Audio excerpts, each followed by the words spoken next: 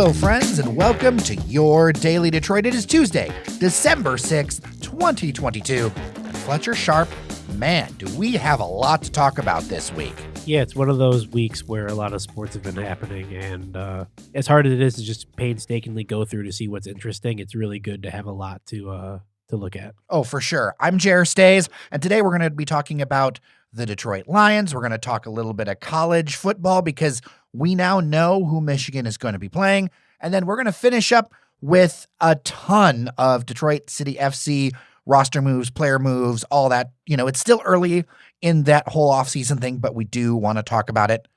Let's start with the Detroit Lions, 40-14, the kind of distance in a game you do not normally see in the NFL. It was, watching the tape, I got to say, Jared Goff did not suck. He wasn't astounding, but he did not suck. I mean, the Jaguars are an NFL team, so I will not sit here and say, like, oh, you could put anyone out there, because they are NFL players, and even the worst NFL team would beat up on the best college team.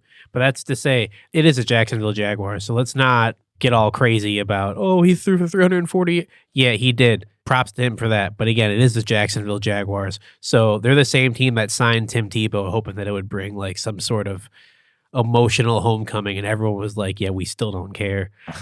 The Jaguars beat the Ravens last week, and the Ravens are a really good team, led by dynamic star and Lamar Jackson. So even coming into this game, it was kind of like, well, they aren't good, but, you know, they have stretches. But yeah, the Lions they're riding a hot streak, and they just came in and said, you know what? Maybe we do want to make the playoffs after all. Maybe we don't want to try to hold on for a decent draft pick. So yeah, they came out and pushed the ball down their throat. They played physical, no 100-yard rushers, but they got the ball to many different people. Jared Goff had a field day throwing the ball, as I mentioned.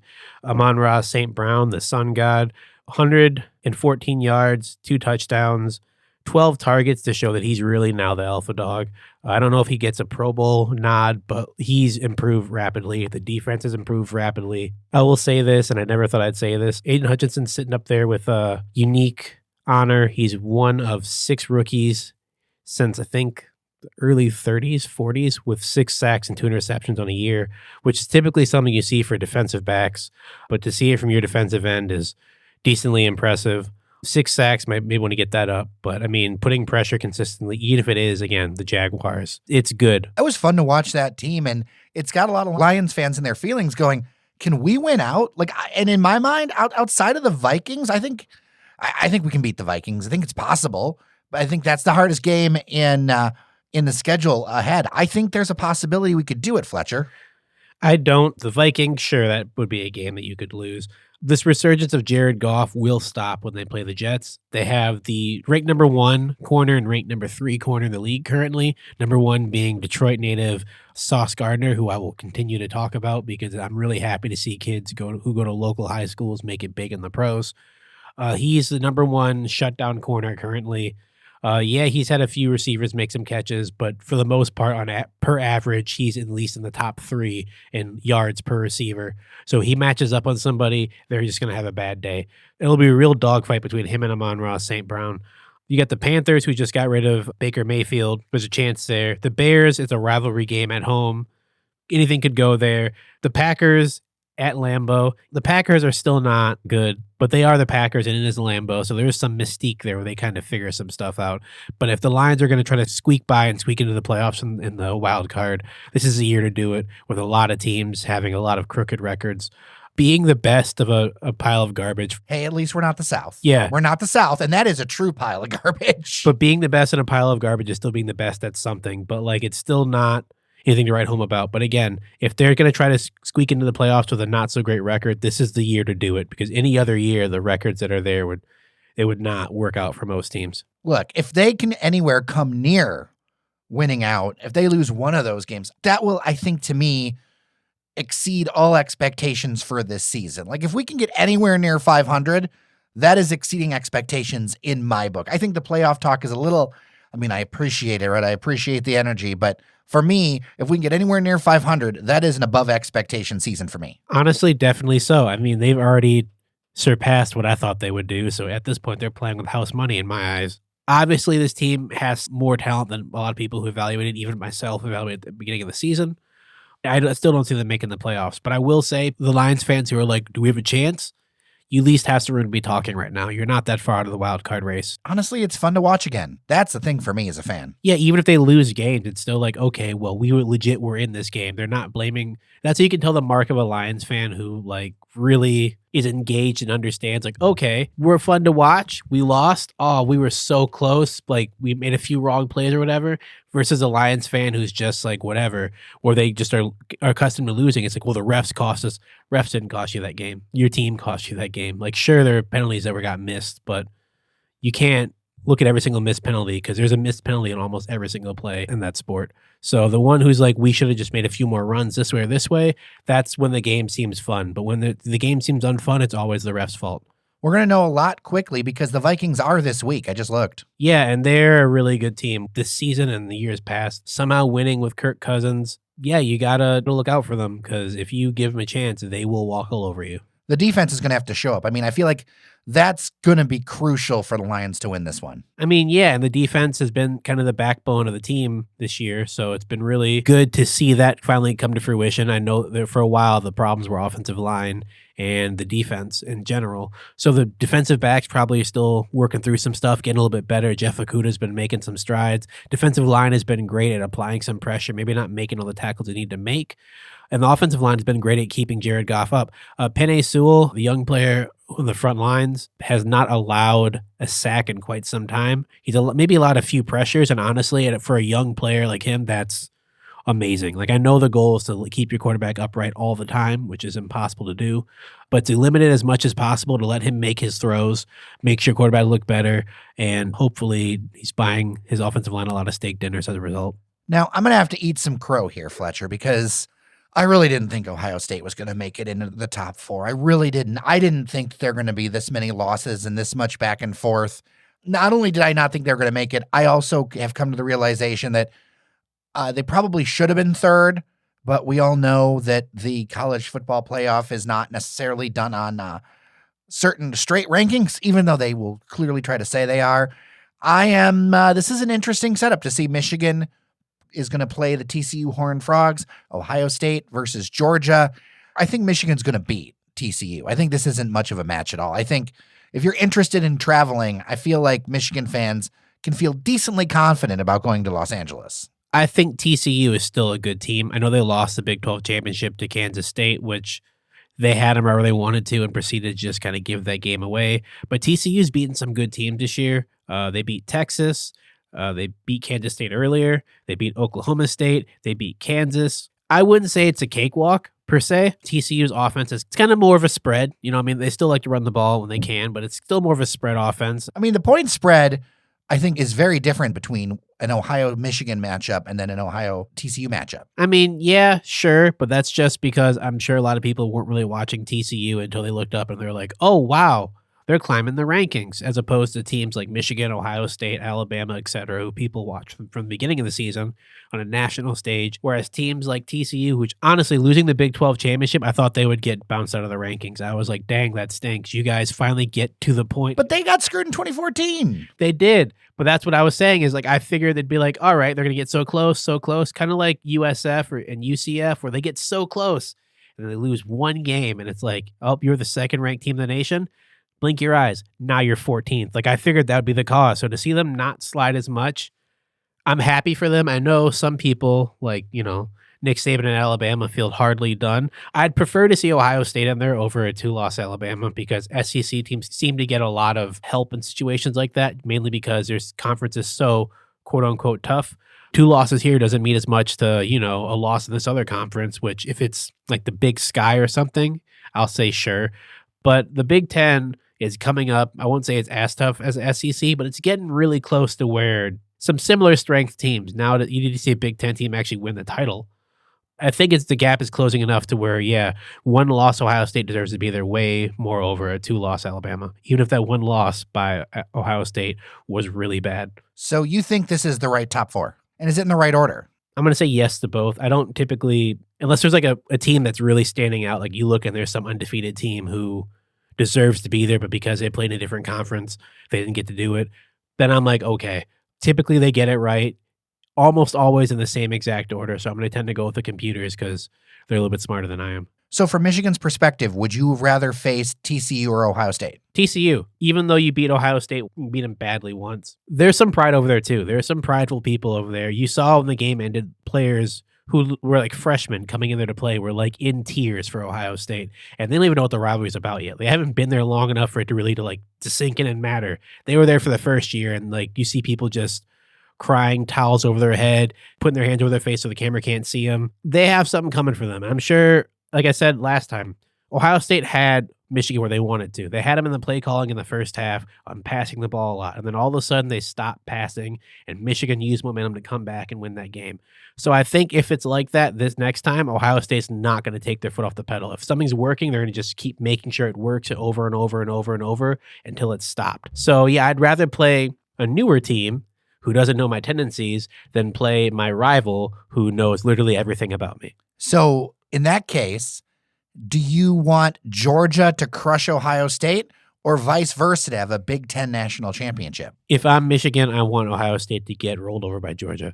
Yes, it's sweeter to beat that team in the final and say, look, not only we beat you for rivalry this year, we also beat you again for the title, and now we get to walk around this title in front of you.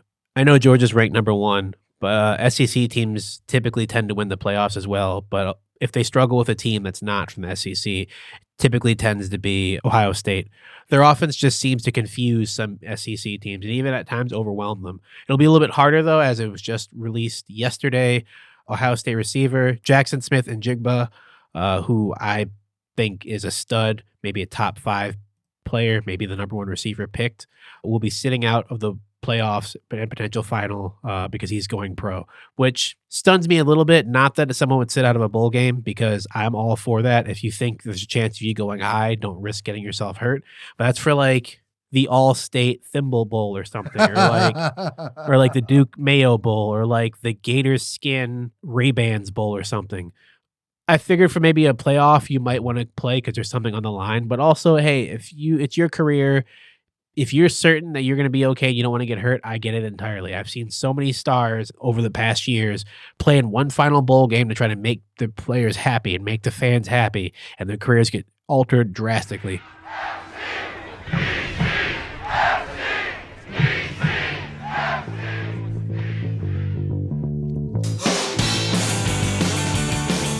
It's been a minute since we've talked Detroit City FC, and there's a lot to go through, Fletcher. Yeah, there's been some familiar faces who've been resigned, some familiar faces who have left, and still some gaps that need to be filled by the front office. And let's preface this conversation with, let's make sure fans know, it is still early. We're having this conversation because there's a lot of housekeeping to do, but it is still early in the offseason. And I know people are like, well, this player's not signed. Yeah, this player. It's technically when the season ended, only 2 players were on Detroit City's roster, and that was Cy Goddard and Richard Foster, because they were signed for more than 1 year. Every other player on the roster was signed for a 1-year contract, and their contract ended. It's a building process. You're going to see some more names. It's going to come kind of in a furious kind of flurry at one point. So you just got to kind of hold on and let people give you the information when it comes. Let's run down who we know is coming back. Rhys Williams, Matt Lewis, Connor Rutz, Maxi Rodriguez, and Stephen Carroll. To me, all names I figured very possible to return. I didn't think Connor was going to come back. Oh, I thought he was going to come back. I thought they were going to decline the option. Not to say that Connor's not a nice guy or not a great person, but in his position, I thought we need some more creativity, some more pushing the ball forward. That's not to say that he can't do that. It's not to say they're going to sign someone who might relegate Connor to the bench or to a different position. But just as of right now, I thought he'd be a name that we would see and say, get one of those posts where it's like, thank you for coming, we appreciate you, and we wish you good luck in your fortune. So to see him back, I won't say it was an eyebrow raising, but I did kind of turn my head a little bit. But the other 4 names, I definitely expected all of them to be back. See, I thought Connor was coming back, and let me tell you why. 4 letters, ESPN. That bicycle kick, you're not going to let him go. And just because of the publicity, how much people like him, and yeah, he does contribute to the team, but he's that guy. You can't let that guy go. I mean, it's 1 goal, maybe a second goal from another bicycle, but it's literally, it counts for 1 goal. It's not like he hit it and it's like, oh, that's the 4-point, the magical. I understand like the publicity aspect and the aspect of like literally after it happened, he got verified on Twitter as a result. I don't know. That's a reason, I guess. Some we know are not returning. Billy Forbes, expected. Mackie Jope. If I speak, I'm in trouble. Francis Atuahene. That one's sad, but I understand why there as well. Brad Dunwell. That was surprising. Why? Very surprising. Because he was a key contributor, except for when he was hurt. Yet his lack of foot speed was like startling. Like I knew that he was more of a technique type player, not more of a physical specimen.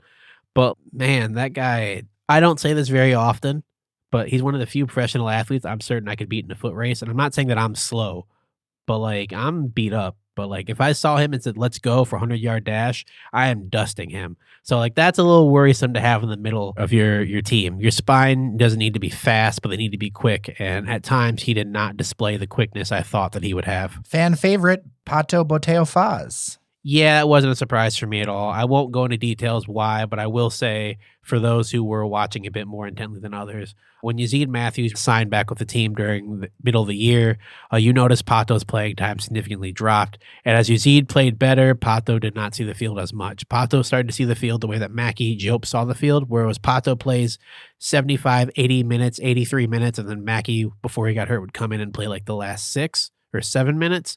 And then when Yazeed came and started playing really well, Yazeed would play 60, 70, 80 minutes, and then Pato would come in for the last 10. Considering goals scored, though, I think that surprised a lot of fans. I mean, yeah, considering goals scored, but like it was super streaky. It was like moments where he'd score a big goal, and it's like, all right, now they're tied. As opposed to they score a big goal, and like now we have a lead. It's like, oh, we tied. The way Trevor James likes to play is he likes to add a little pressure from up top. When you add pressure from up top from your forwards to the opposing team's defense, it makes them have to make decisions a lot quicker. Typically, defenders have the ball. They're not the most gifted people passing the ball from the back. So you want to put some pressure on them to make the ball come out quicker. And Pato, for all of his given skills up top, did not want to press the ball at all. And I understand why, because it takes energy away from you being able to try to score goals right after. But if you're not going to press the ball in a Trevor James system and you're not going to try to keep applying extra pressure, he's going to have less use for you than before. Ryan Shello, we're saying goodbye. Yeah, I mean, but so the reason I wanted to bring it up to you, because you said get more playing time for him to give Nate a spell.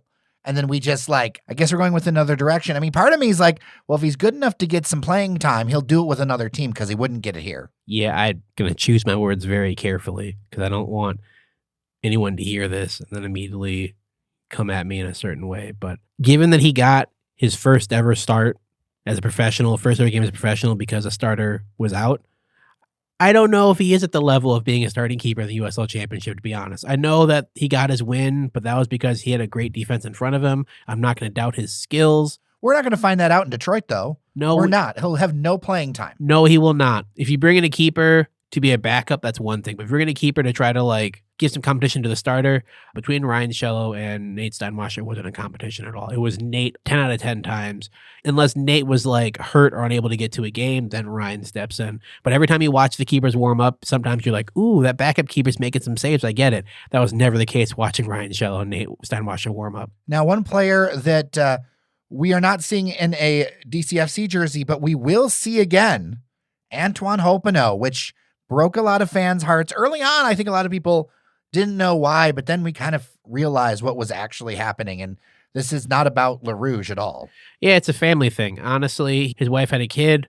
Happy for them. They're trying to look to try to connect with their family more so she could have some more people to be around her, so she could have some more of a family-ish atmosphere. Not to say that Detroit or Hamtramck is a not family atmosphere, but playing in front of your legit family who can just be closer versus playing, in front of your family on a screen. You definitely, if you can get them in the stands, you want that. So yeah, I understand the move entirely. And I'm honestly grateful, if I were a fan, for the work he put in this last year. And yeah, while it stinks because you're losing a player to a team in your conference you're going to see twice at least, you can look back and say that, it helped revive his career, because when he went from Louisville to Detroit, people were like, oh man, his career is over. It's done for him. I won't say he used Detroit City FC as a springboard, because I'm certain if he could stay in Hamtramck, he definitely would. But it opens up some more options for some more attacking options to come in. For sure. And honestly, Hartford on paper is a much improved team for 23. They are. I don't think they're going to be that good still, but they have some more pieces to go with Prince Sadie. Tab Ramos can cook some stuff up. He's not a bad coach. I think if he was a better coach than the way people are, he wouldn't have lost those other positions, but that's just me. Now, quick update on 6 people you thought Detroit City FC should sign. 3 are already unavailable. Yeah, Dylan Borzak re-signed by Memphis. Honestly, when they traded him, they signed him to a 2-year deal, so he's staying in Memphis. Dario Suarez resigned by Tulsa. I figured that would be the case. It'd be really dumb to let him go. He's their most magnetic player. It was just hoping that they'd say, you know what? We're making a shift. Russell Cicerone, another hometown kid like Borzak, did not get re-signed by Pittsburgh, which I thought there was a chance for that. But instead, he went to Sacramento Republic. It stings in a different way because there was a chance for him to leave, actually. And he chose to go somewhere else. But although my 3 attacking options are now no longer available, there are 3 defensive options that are still available to look at. Zach Carroll, defender from Memphis, who's a solid rotation defender, still has not been re-signed yet. There's a chance maybe he could slide to Detroit, maybe not. 2 players from the NISA level, Frankie Martinez, a defender, very solid, able to play the ball with his feet from the back, very reliable defender, and goalkeeper Kevin Gonzalez, who I think is a talent. I know it'd be hard to get him and Frankie because they both mean a lot to Chattanooga's defense, but it'd be especially hard to get Kevin because Kevin is very good and Kevin would like playing time. And unless he beats Nate outright in training, he's probably not going to get that playing time. That one's a bit of a reach, but I'm sure you've seen it on Twitter multiple times, seen it on Facebook, seen it on other things. Trust Trevor. That's really trust Trevor. So if you're a fan and you're like, where these players are leaving, what's happening? Trevor has a plan for everything, and he's not steered you wrong yet in terms of getting players and then get them to buy into the system, etc. Unless we're coming down to like a week before the season starts and there's only 8 players on the roster, like trust Trevor. I'm fairly certain he's not going to steer someone wrong. It's a World Cup right now, so there's a lot of stuff in flux. The season's in an off season right now, still some stuff in flux. So you'll see players kind of get signed on and kind of move through it occasionally. It's not going to be like one day where you see 15 players signed, but you're going to get some players in your roster. You're going to fill out your roster. You're going to have more than 19 guys. I'm not going to guarantee stuff, but I can say almost most certainty you'll have at least 25, 26 guys in this roster. Whether you know all of them or not, that'll be something. But Trevor will know them. And that's what matters. And that's why we're not getting into the people who they haven't signed yet, because there is a number of well-known names that as of recording this episode, which of course things could change even by the time we publish. That's literally the point. Like you guys, everyone wanted to be a part of like the big time leagues. This is being part of a big time league is it's not NISA where you can just roll stuff out and say, look, well, we have this guy who's here. By the way, we signed a week ago. We didn't say anything about. We have to go through clearances. FIFA has to okay some stuff. Some players have visa issues. Some players have other issues they need to get through. So like it's a lot of red tape they got to get through first before they can legit put pen to paper and let people know. So yeah, this is a part of being a part of a globally recognized FIFA authorized league is you got to wait. And especially with offseason being what it is right now. And again, it being a World Cup season. So FIFA's eyes are kind of somewhere else right now as opposed to looking at player transactions in the second division of the United States. It's going to take a minute. If you have been trusting Trevor from all of NISA, from the move up from NISA to the USL Championship, like you should still trust him right now because I'm certain he's not going to steer the club that you guys care about into the ground. That's would not do him any favors at all.